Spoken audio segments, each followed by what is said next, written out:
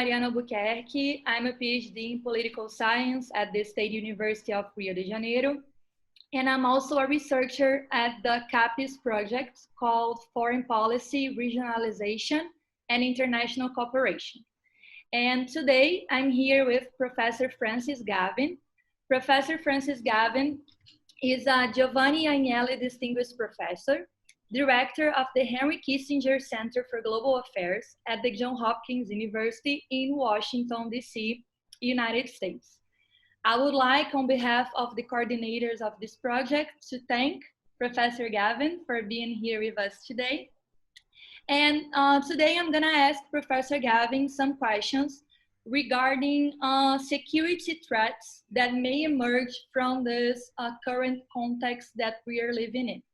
So some questions will be about the rise of China, other will be about the role of Global South powers in this order yet to come.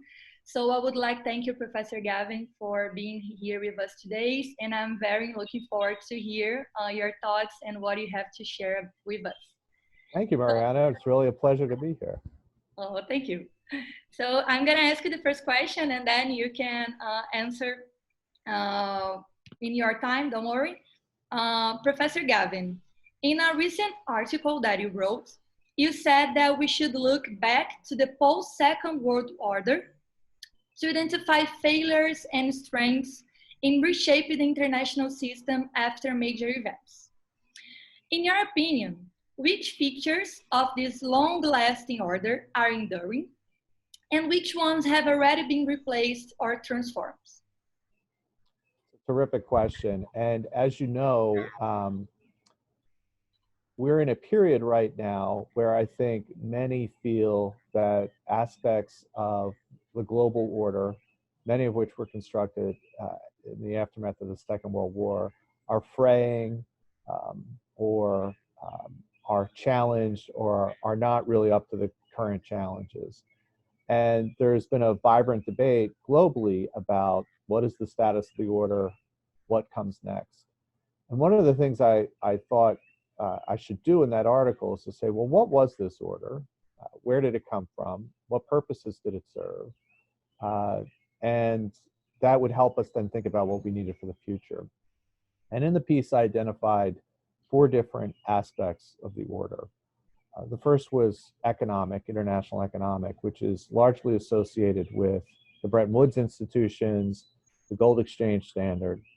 And it's interesting because I think when a lot of people think about order, they actually think about the Bretton Woods system in international economics. But in many ways, this was the shortest lasting of the orders. It took some while to get off the ground. And through the mid-60s and early 1970s, it was pressured, fractured, and I think arguably collapsed. I would also point out that it was a very transatlantic order. It didn't involve the Soviet Union. And to a certain extent, the Global South was really excluded from it or really wasn't a key partner in it. You had a period then in the 70s and 80s where you had more of an absence of an order. And then I think starting in the late 80s and early 90s, emergence of what some people call a globalization order, others call the neoliberal order, which has persisted since then with, of course, then a crisis in 08, 09, and a current crisis today. So that's the first aspect of the order, the international economic order. Again, the one I think most people think of, but I think the one that was probably the most transient, and I think, interestingly, one that I think we're probably going to see a lot of change in. The second order was the security order. Originally, it began out of the United Nations and the Security Council as a sort of a global order oriented towards trying to prevent the problems of war and conquest and imperialism, which had really plagued the world in the first half of the 20th century.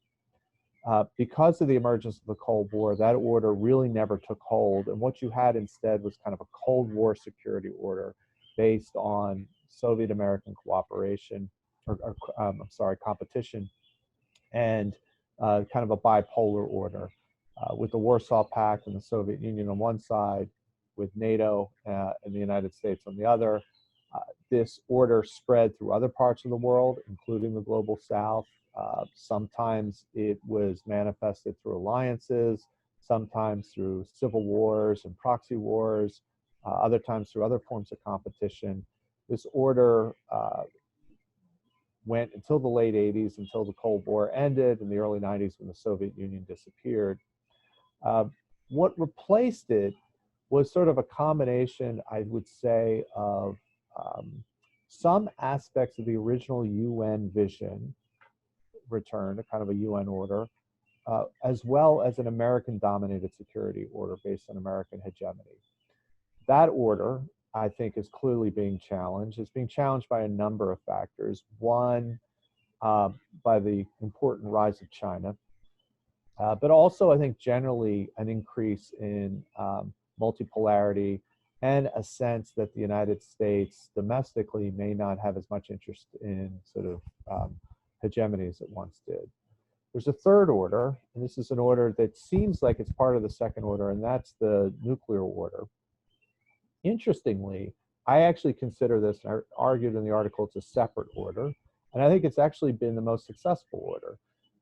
It's an order that was based, it emerged a little after the other two, but a recognition of the unique problems that nuclear weapons pose to the world, a kind of a global challenge that was so daunting and so terrifying that it even brought enemies together to work together.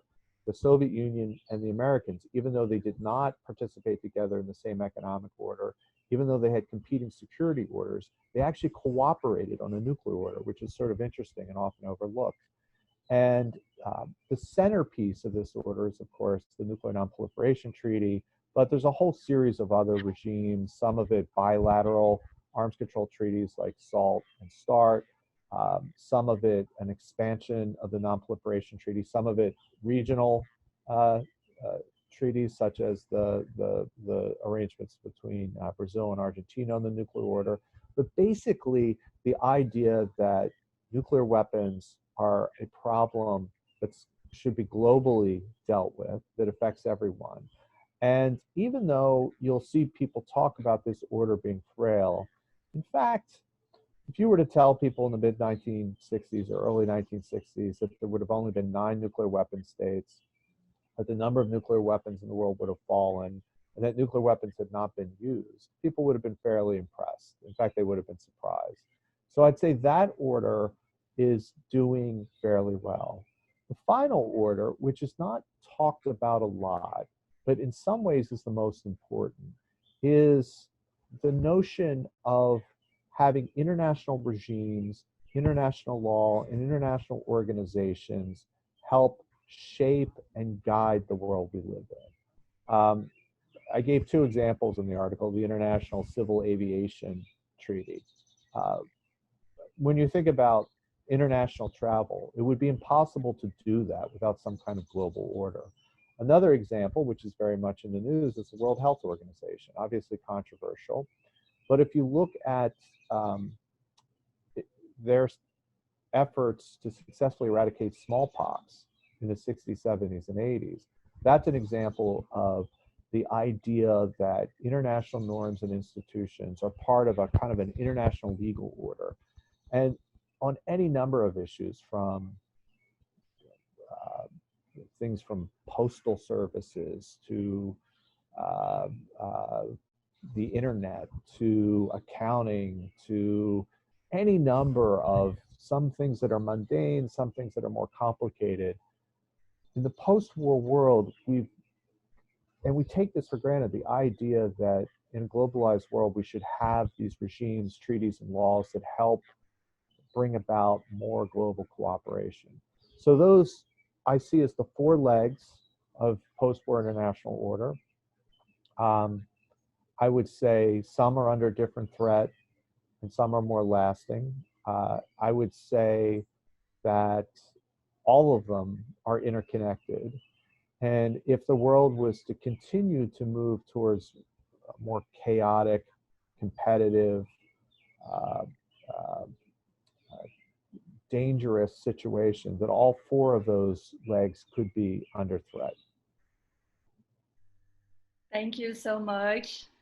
Now let's move on to the second question that is somehow related to the first. In the same text, you identify two major challenges to the system ahead: the rise of China and the transformation of the political economy. Do you think these two elements are combined? And if so, how?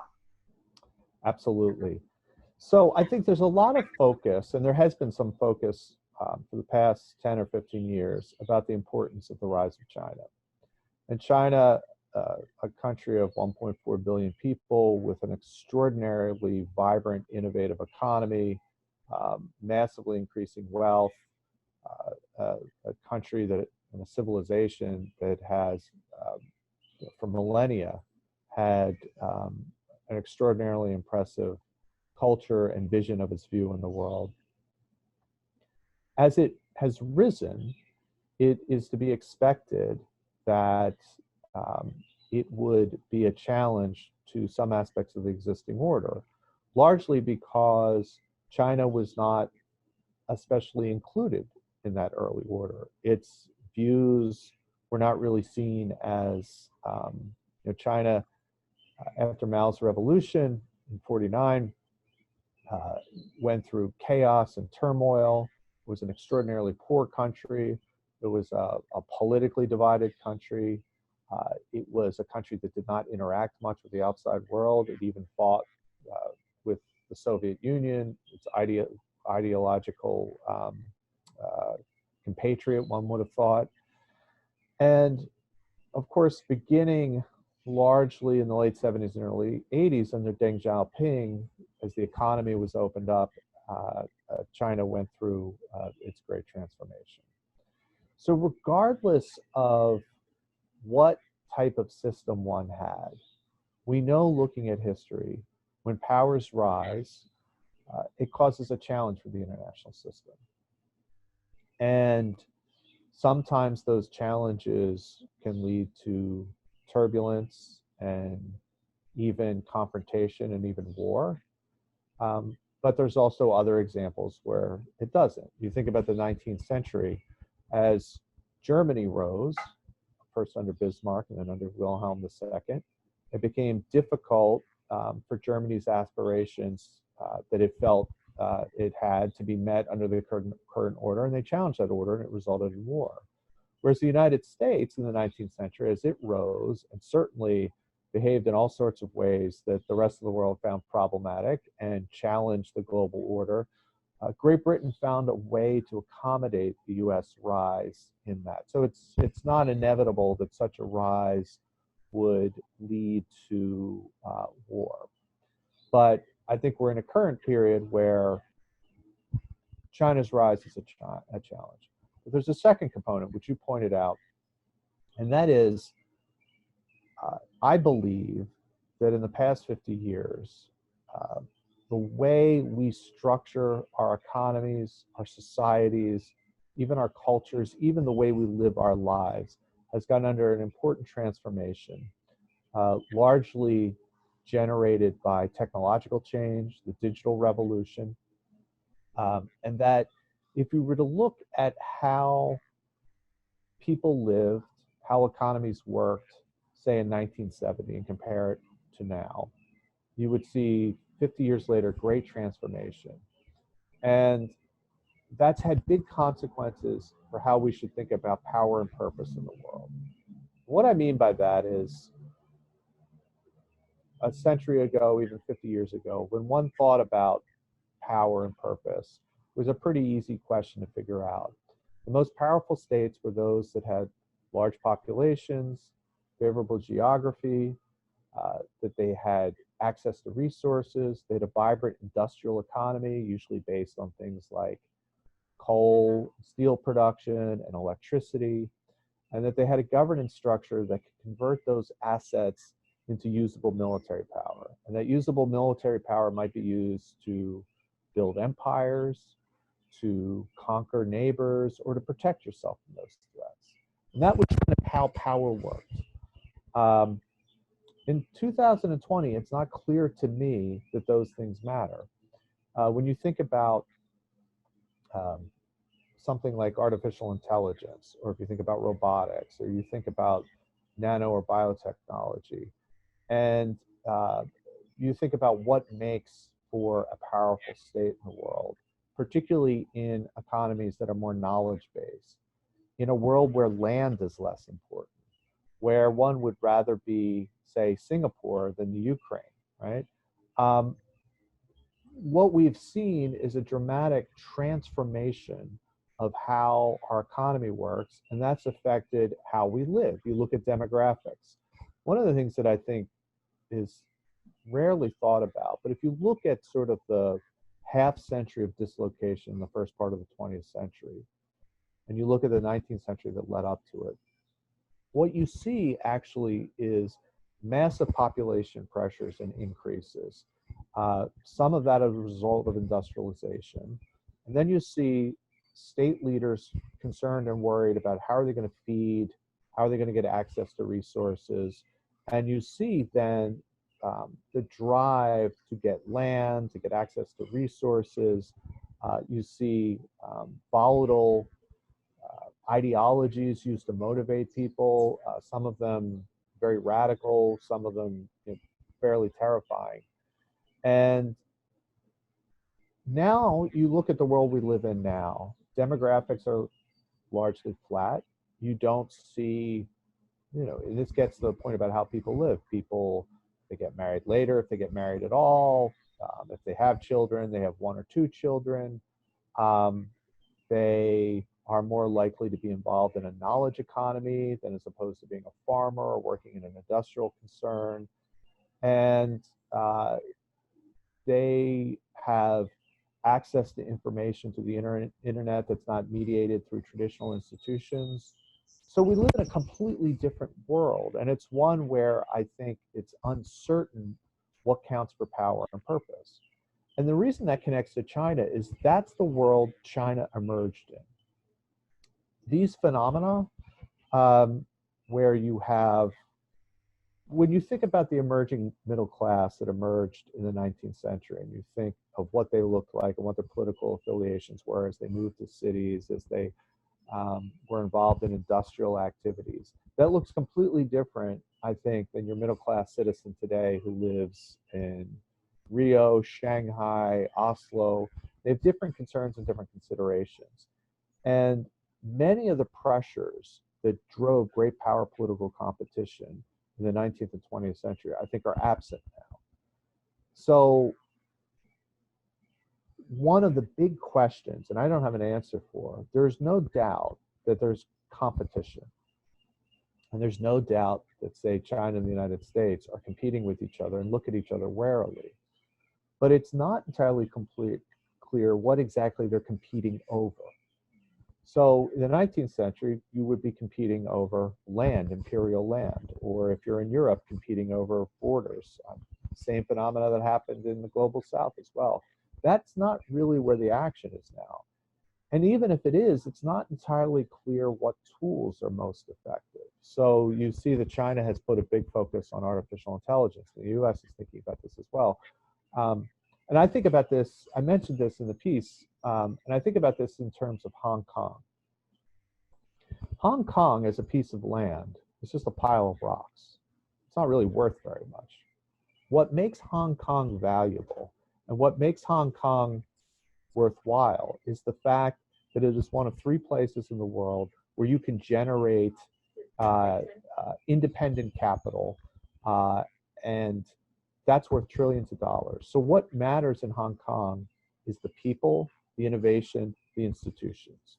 Those people and innovation and institutions will leave if the PLA enters Hong Kong, right? So if you were to conquer it the way you would have in the past, then Goldman Sachs, international banking firms, the sort of, imagine among your colleagues. I always like to say, imagine you sort of one of your students gets interested in finance, and they have an opportunity to work in London, New York, or Hong Kong.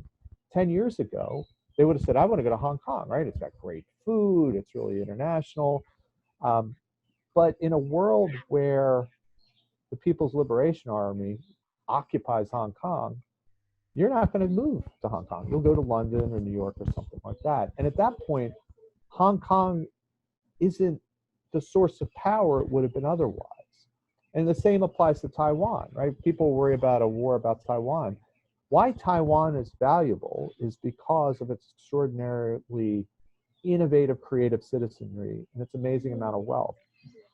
So what the challenge is whether or not countries like the United States and China realize the sources of power are not traditionally acquiring land, but whether they can convert to realize, how do we get access to those new forms of power and are able to exploit and adapt to them without losing them?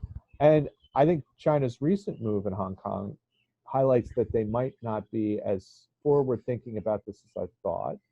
All right, I'd hope. And the same is true in the United States, where people are talking about a return of a Cold War competition. And I think we're in this different moment. And the interesting thing is this new globalized, technologically driven order, which has changed everything, is what allowed China to rise. And it would be, I think, a weird irony if the US-China competition was the thing that actually shut it down. Yes, I couldn't agree more. Here, speaking for a country in the global south, we can see every day how these transformations in political economy open some sort of a void in our economies, and that China was very successful in filling that void. Yes.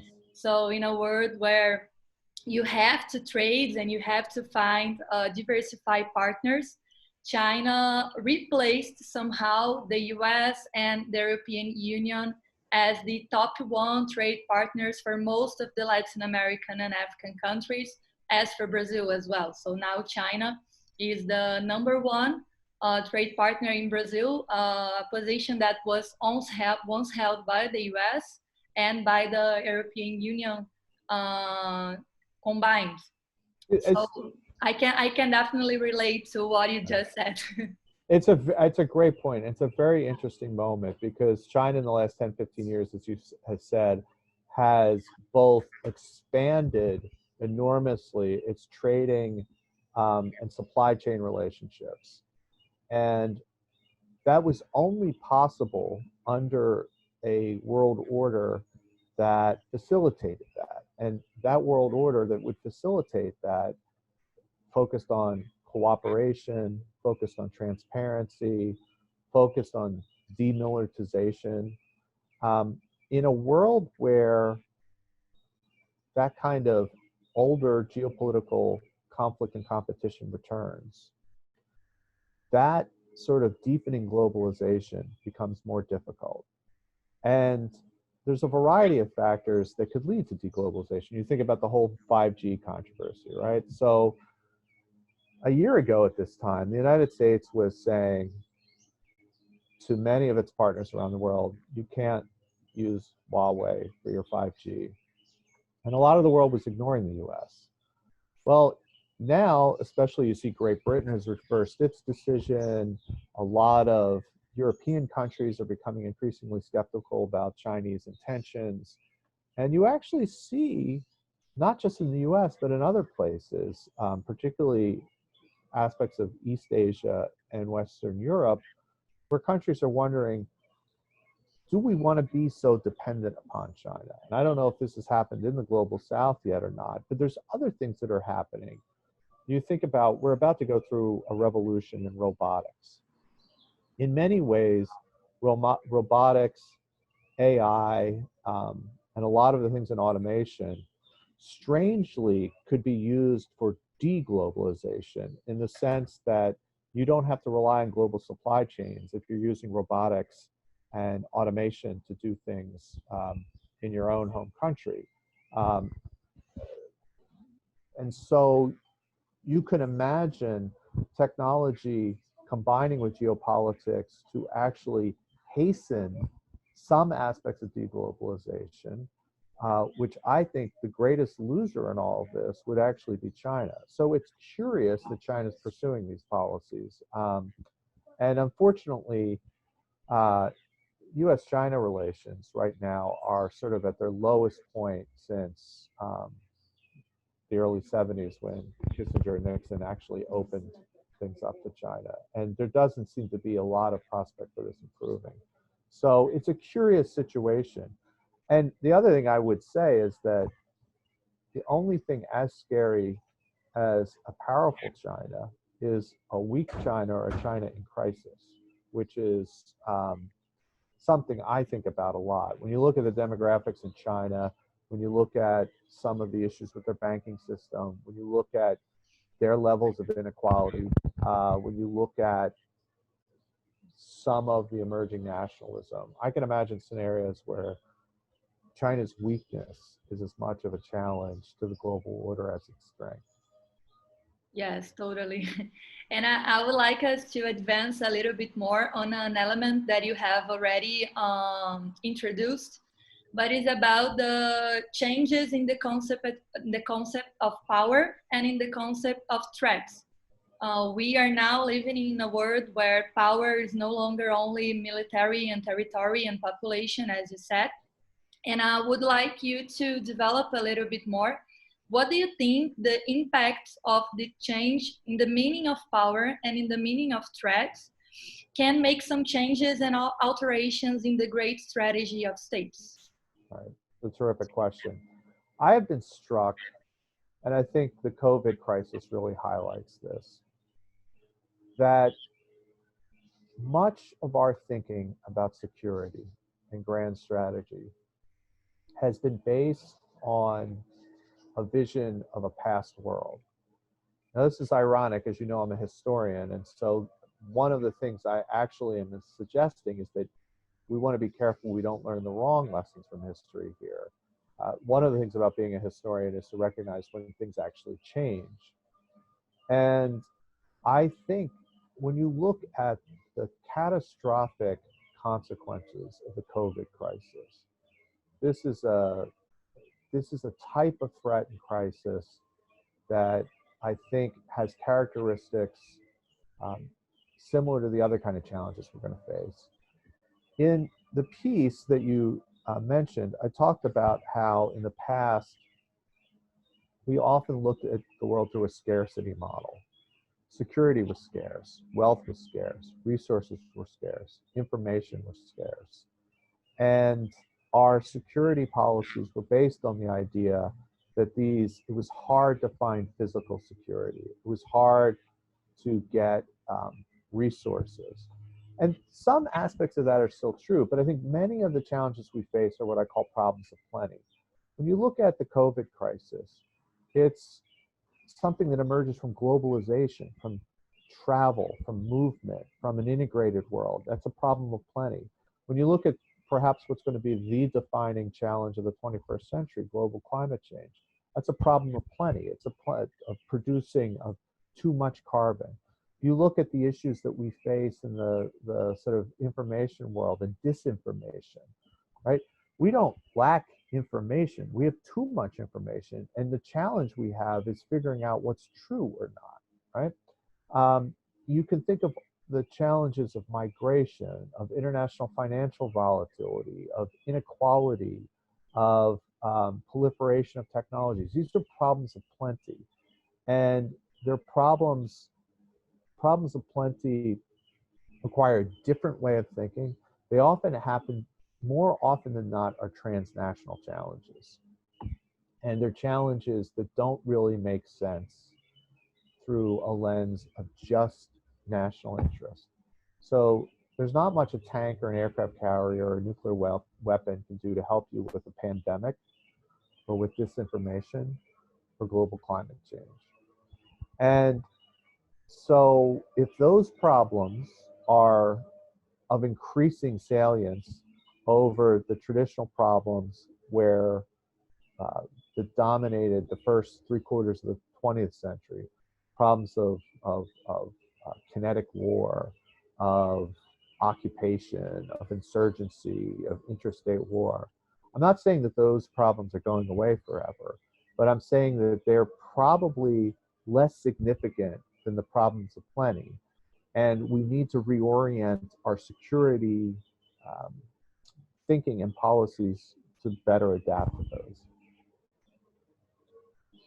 And the changes are not only in the meaning of power and threats, but also in who possesses this power and who is the source of threats, right? Absolutely. So you said that in the previous order, in the post-Second World War order, it was like a great power order. Right. And Global South and even China were excluded from the consolidation and mainly for the participation as well. And in the beginning of the 21st century, it changed somehow. Some emerging powers could find their voices and be important players. So my last and final question for you would be, what do you think the Global South countries can perform and can do in this new order faces by all these challenges that you just said? Mainly, I would like to know if you think we are pacing towards a new order that is a great power order, or if there is still a place for us, for the Global South countries, to be major players. I think this is a really important question, and I think it pulls in two different directions. On the one hand, I think, well, particularly in South America, where in a very impressive way, I think many of the basic issues of the concern of interstate war has dissipated tremendously over the past few decades. And I think the Global South, and particularly in South America, there was a recognition that the traditional security issues were not the ones that were going to matter the most. So there's an opportunity there. There's a great opportunity because I think the Global South, if it could reorient its economies and its strategies towards meeting these challenges, would find itself in a good place. There's a problem, though. And this is the one issue that lingers over all aspects of thinking about this new order, and that is governance. I think right now, for reasons that are very hard to figure out, we're facing a governance crisis in much of the developed world. And unfortunately, the Global South hasn't done much better than this, as you know from your own country, in that a combination of factors, the increasing popularity of, maybe you would call it ethno-nationalism and populism, the sort of weird attraction of global citizenry, whether it's in Hungary or Brazil or the United States or the Philippines, to these, obviously incompetent, sort of absurd political figures. There's this, it's impossible. One of the things that when you look at Kissinger's book on world order, people focus on the balance of power, but one of the most important parts that he talks about is that you need a legitimate order, and that legitimacy starts with a domestic legitimacy. And I think right now, and this is a global phenomenon, we're facing a global governance legitimacy problem, where, and now this isn't unrelated to the earlier problems I mentioned, because I think most modern nation states, whether in the North or the Global South, were developed during the 19th, 20th century to deal with a different set of problems. So in the same way that the institutions of the global order now are found wanting to deal with these issues, so are national governments. How well disposed is any national government to deal with climate change? Look at the pandemic. Some states did quite well. If you look at, say, Taiwan, or if you look at Singapore, and if you look at the collections of states that did well, it's really interesting. No one would have predicted that the states that had done really terribly would be the United States or Brazil. And as we were talking earlier in our conversation, you throw in Russia and Iran, and you talk about those are the states that did worse. And so that really indicates that there's a problem with governance, that these states and the way they're structured, their institutions aren't up to the task of meeting these challenges. What happens then is that the citizenry loses faith in those institutions and you get a legitimacy crisis. And you're seeing this right now in the United States in an amazing way with the extraordinary protests against racism. And I think you just have a general sense that governance traditionally thought of is a need for a reboot. I would love to think that somewhere in the global south, that's where that kind of innovation would come from. I wish I could be more optimistic. You know, Brazil won. You said your election's 2 years from now. One hopes that in the same way that I'm hoping we've hit our nadir and we'll come out of this and there will be an appetite for innovation and reform and change and updating, that hopefully the same will happen in Brazil. But you know, you look at the challenge next door in Venezuela, and it's hard to find states, other than very small exceptions, where you know, the places like the Norways, the Taiwans, the New Zealands, and to a certain extent, they have certain advantages. They're smaller. They usually don't have the sort of ethnic diversity, but you can see they have progressive policies. They're able to participate in the benefits of globalization while also recognizing the challenges of inequality. They've got forward-looking policies on they've got great public health systems. They've got great views towards climate change. And so I think there are models out there, and one would hope that some would emerge from the global south. But it's strange that when I think about, I'm sure you and I could discuss the list of countries that seem to be doing well. It's not entirely clear what the pattern is geographically. I mean, New Zealand's in the south, right? Norway's in the north. Yeah, it's not a geographical thing, more than a sort of more far-sighted, innovative, participatory sense of governance, and with a recognition that government legitimacy comes from dealing with the problems most at hand. And those problems have changed, and they're not the same problems that existed 50 years ago. And so the governments that are able to deal with those problems, think about the problem of disinformation. We live in a world with social media platforms that most governments don't know how to deal with. They can't even begin to know how to deal with. So if they can't deal with that problem, then why should their citizens have faith in them? And so that's the kind of challenge. And again, I would love to see, and maybe there are examples that I'm not thinking of right now. There's certainly that opportunity for those in the global south, because these are global problems, to come up with innovative solutions. But right now, it seems to me that those states that are doing it are an interesting mix. They do provide models, but it's certainly not the majority right now, unfortunately. Hopefully that will change. Yes, we are still struggling to put this crisis in the past, but things are ongoing. Here in South America, the country that seems to be doing better is Argentina. Oh, really? Oh. Yeah, compared to Brazil and to Venezuela, for example, Argentina is almost under control. Wow. Things are getting better day by day, so they are, for us, the good neighbor. That's good. So that we should follow. But I don't know if you want to add anything, Francis, to your answers. But if not, I will conclude and thank you again in public for being with me today. Do you want to add something? The only thing I would add is that I think it's actually, even though much of what I said and we discussed is a bit, I don't want to say depressing, but is a bit worrisome, one positive thing I would say, and that is I think that there's a real possibility for new ideas to emerge, especially for people of your generation who think about governance and international affairs and world order.